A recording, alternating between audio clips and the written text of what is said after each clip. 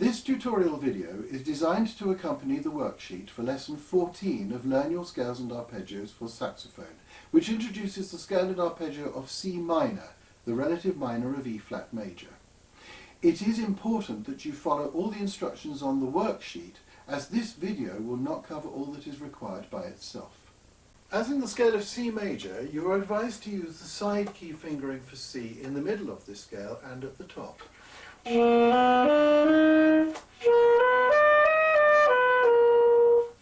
You will need to use your right hand fifth finger for both C and E flat, adjusting the position of this finger as you move between them.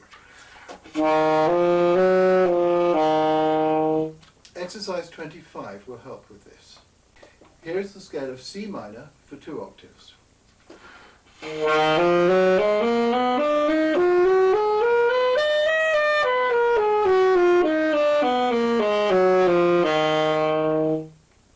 For the arpeggio, you will need to move your right hand fifth finger from C to E flat without lifting it.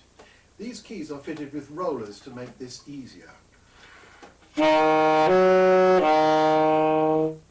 Exercise 26 will help with this action. Here is the arpeggio of C minor for 2 octaves.